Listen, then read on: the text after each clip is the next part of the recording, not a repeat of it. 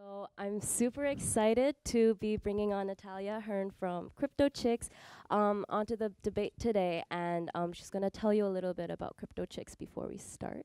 So I got pulled into this last minute because I'm not Lucia Gallardo, as you can see, Natalia Hearn.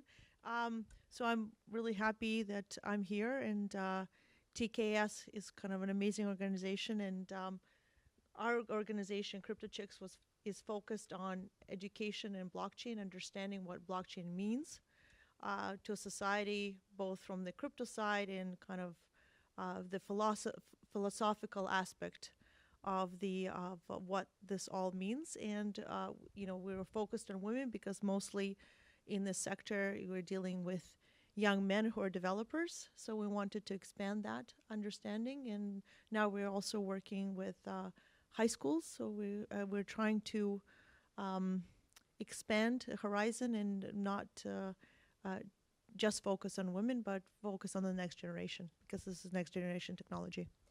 Yeah, for sure. So today, the topic that we're going to be talking a little bit about is we want to extrapolate into 10 years, 20 years, 15 years into the future when blockchain does become the underlying protocol for the most of our online interactions. And we want to take a look at how that will affect different fields and what the world will look like when all of our online and social interactions become decentralized, when we take out the middleman from all of these transactional types of interactions.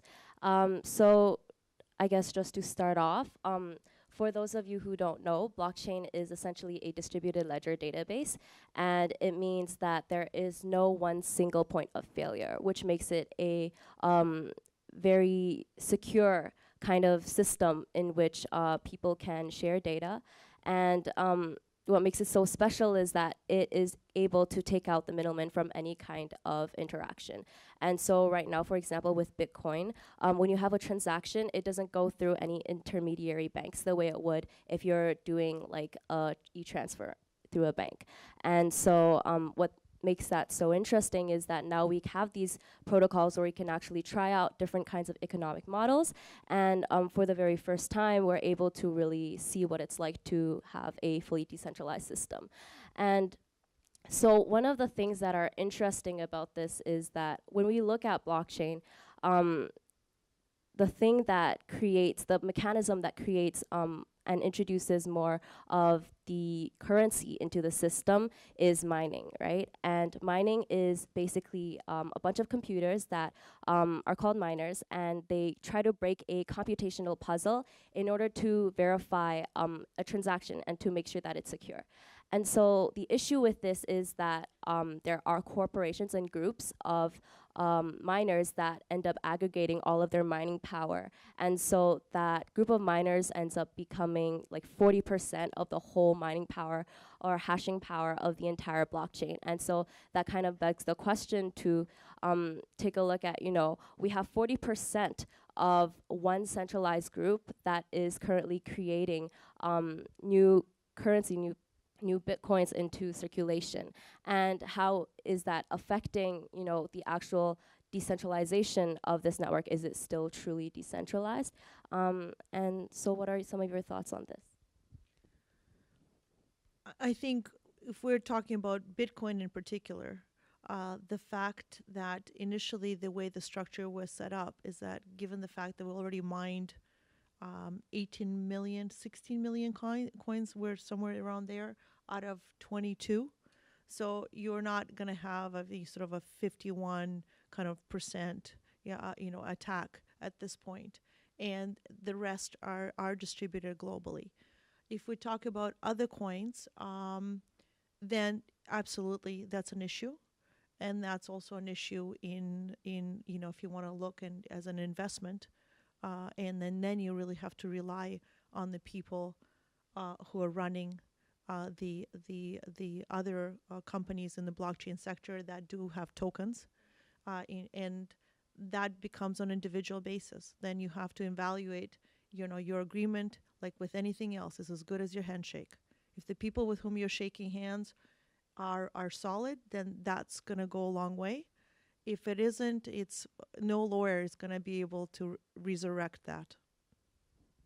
Yeah, for sure. I think something interesting is that when it comes to the application side of things, um, when we're creating services that are decentralized as compared to, like, for example, banking services that are centralized, there actually ends up being quite a lot of catches in a system where ultimately the responsibility for the amount of currency that you hold falls back on you, and you don't have anyone that you can go to in case something goes wrong, right? So, for example, if you're dealing with a bank and you submit a transaction by accident, you can always get that centralized service to contact them and have them reverse that transaction. But since a blockchain is immutable, it's unchangeable, that's just simply not possible, right? One more interesting thing is that because it's so decentralized, so much of the responsibility just falls back on the individual. And the reason why centralized services exist is to make things easier for people, right? And so when the responsibility all falls back onto one person, that makes it so much harder to, for example, like organize and manage all of your funds. So there's been so many cases of people who have stored like Bitcoin in like hard drives, and then afterwards the hard drive was lost or damaged, and that portion of the overarching circulating supply of bitcoins is now lost forever, right? And certainly like right now that fraction is still pretty small, but when we do end up coming to a time when we achieve mass adoption and when literally everyone in the world is transacting using cryptocurrencies, that will definitely become an issue, right? Well, it's interesting because we have two parts to that. One is yes, it's hard for us in anything to take full responsibility. So it's not just cryptocurrency or Bitcoin. Um, the other part of it, look, if you have a wallet full of money and you lose it, we're used to that. How many people have you known have lost their wallet, right? So before we had credit cards, now kind of it's reversible with credit cards because you can cancel it. But if you had $100 in there, that $100 is lost. So that's really no different than having an electronic wallet that you got to sort of take care of it. So that's, but if you start talking about larger sums of money, then, then it becomes a stress point in terms of how we deal with it. In terms of mass adoption, on a, again, it's what are you using? Is it on daily transactions? Like if you look at M-Peso in Kenya, right? That's used on daily transactions, and people are not worried about losing that or not. In terms of centralized, you can have, centralization. You can have a benevolent dictatorship, which would probably what we would call our banks, right? They're kind of help us live. And we may not have benevolent dictators where you have, Venezuela crisis, or, look at Argentina. There's lots of countries around the world where the dictatorship sort of eats itself, and including the people that it's supposed to dictate, right? So it's, we're going through this kind of interesting phase, and I think we've had always historically, the one thing is that blockchain, as blockchainers, you have this revolution in technology, so you think you can reinvent all the wheels. A lot of wheels have already existed, and we can look at history as a really good way to realizing what can we do as a humanity, because fundamental aspects of how we operate have not changed since Stone Ages. Yeah, definitely. Like you see this especially in developing countries where the population ends up like froggy jumping over certain technologies, right? Like they go straight into using the smartphone. And like it's interesting because they have like iPhones when they don't actually have like working toilets and things like that, right? And so like blockchain definitely has a place in countries and in societies where the infrastructure is brittle and where there's not a deep enough kind of fundamental structure, like social structure, financial structure, economical structure set in place. And that's where blockchain ends up coming in, right? And in developed countries or in countries where all of this infrastructure is already set in place, when a government has its roots for like tens of years, like hundreds of years, that's very difficult to implement and use blockchain to like disrupt the entire social system, right? And so I guess ultimately it does come down to a point of um, like in what kind of situations does the decentralized nature of blockchain actually is actually needed? Like when is there actually a demand for that decentralization where when centralized services can offer certain things to people and make their lives so much easier, and work in complement with these already existing infrastructures. Um, but there was something interesting. I was doing some research in game theory, and there is a concept in game theory called the Schelling point. And essentially, what it means is that humans have a tendency to kind of converge and focalize into one like central point, no matter what situation it is, because they want to achieve a sort of common ground with other people. So I don't think we're far along enough yet to be able to create like an actual like situation where we can really like visualize this and see this happening. But I think it would be like an interesting thought experiment. Like, are humans really naturally, predisposed into looking in towards like one centralized group and having, that graph where everyone is just pointing towards that one center point, or will we actually be able to exist um, well in a decentralized or distributed society? Well, I think it's interesting, because we talk about, blockchain or crypto community. So we come back to this word community all the time, and the community has this common element, right?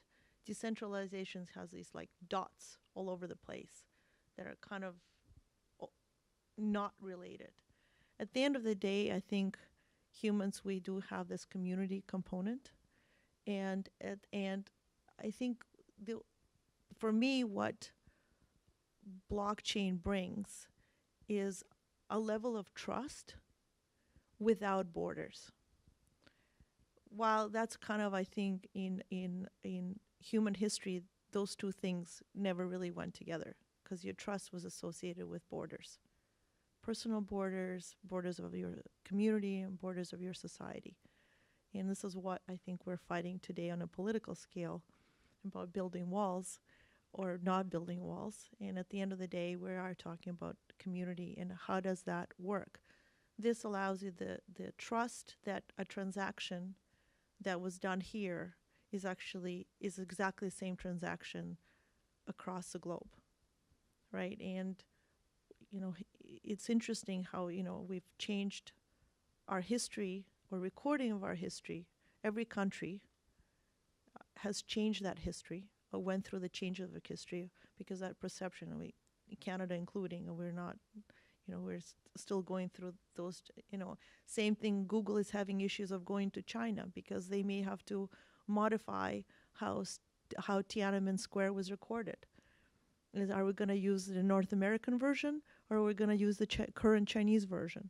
Right? Those are the things that, long term blockchain, the recording of information can provide. There's kind of some reference of what actually happened, right? So, again, this is really philosophical questions, and it's, initially when you asked me to come on the panel, and I said I'm going to be talking about decentralization, and you have to have a discussion about why, centralized something is important. I was born in Soviet Union, so for me, everything to do with centralization was like a real problem, and I left when I was a kid, and so anytime there's a word of centralization, it doesn't have necessarily good connotations for me.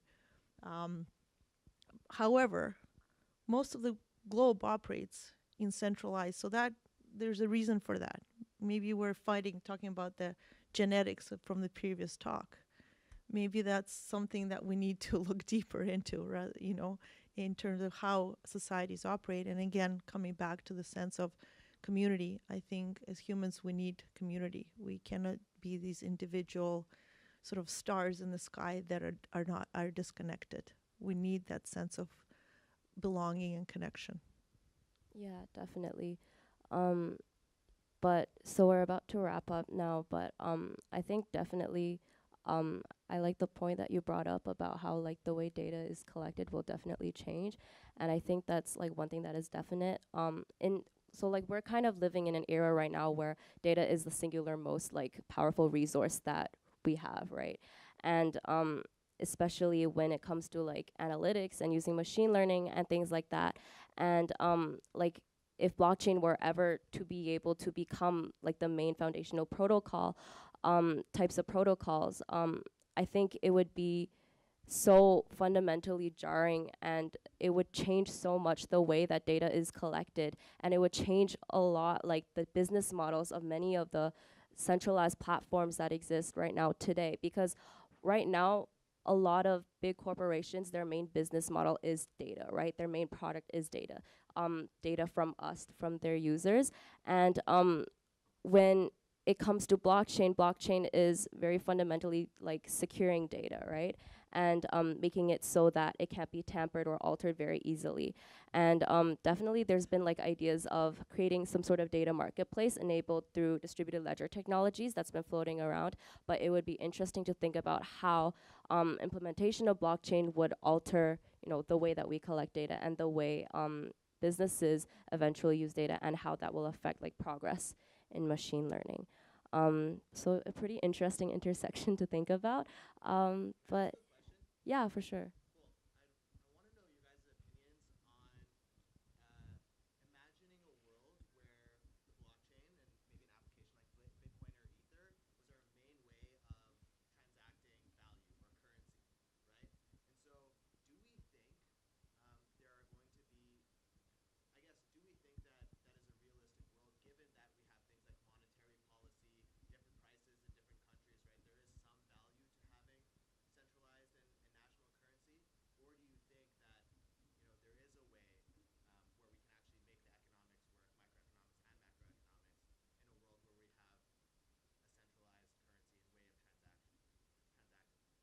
You mean decentralized currency? Yeah, okay.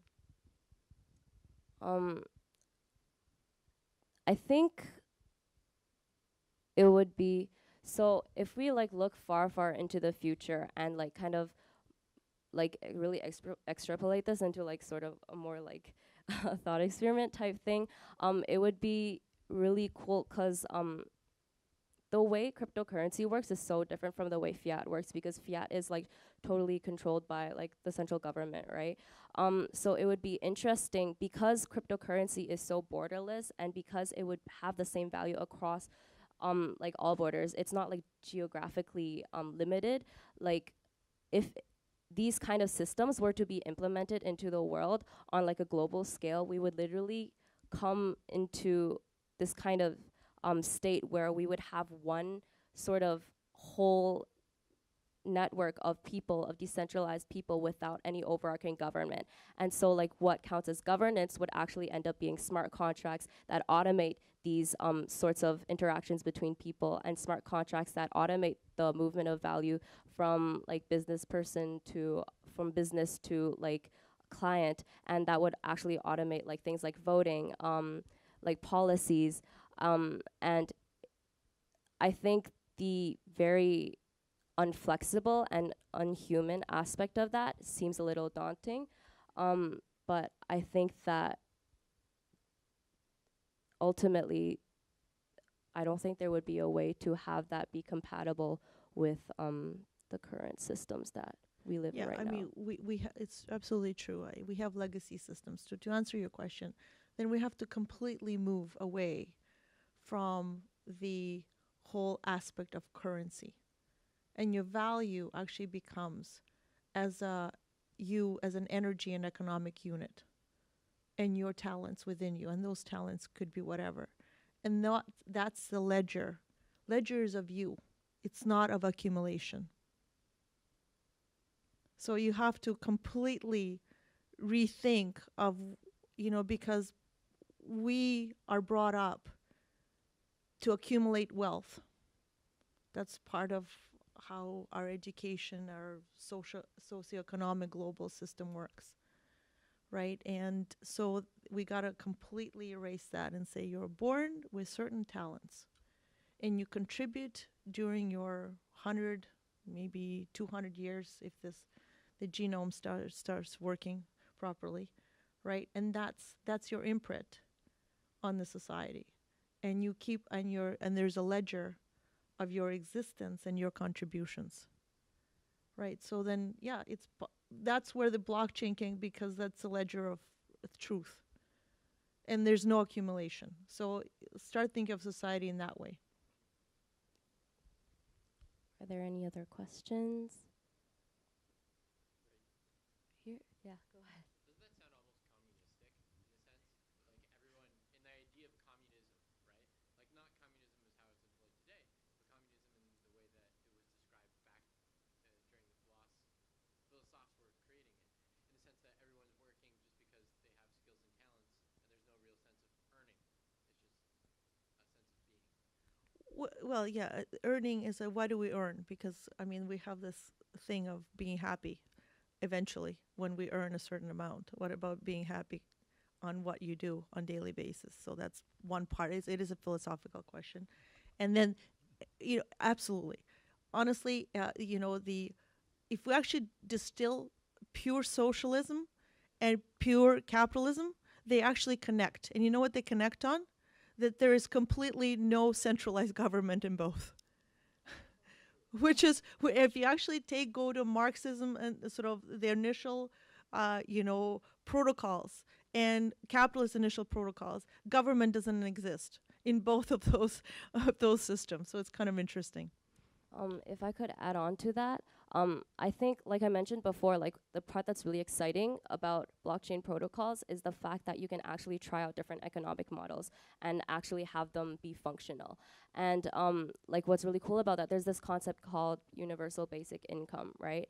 And there's the idea that if you give everyone the resources to be able to live for free, like they would become lazy and ultimately they would not add any value to society. But I think that would actually be such a great platform to building like a true meritocracy where the real merit of people and their real value in society is ultimately determined by their own aspirations and their own ambitions. And I think that would be a really compatible vision with distributed ledger networks. Yes.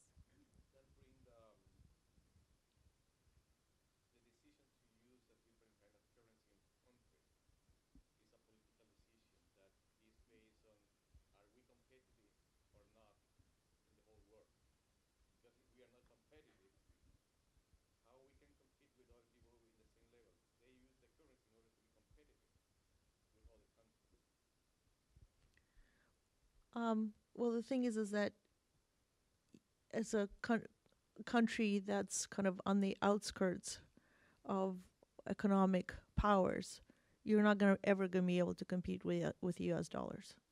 So you gotta start looking outside of the box, because the box is U.S. dollars today globally. Oil is traded in U.S. dollars. I mean, if you all the gold is traded in U.S. dollars. So this is why maybe this is a solution for the current outliers.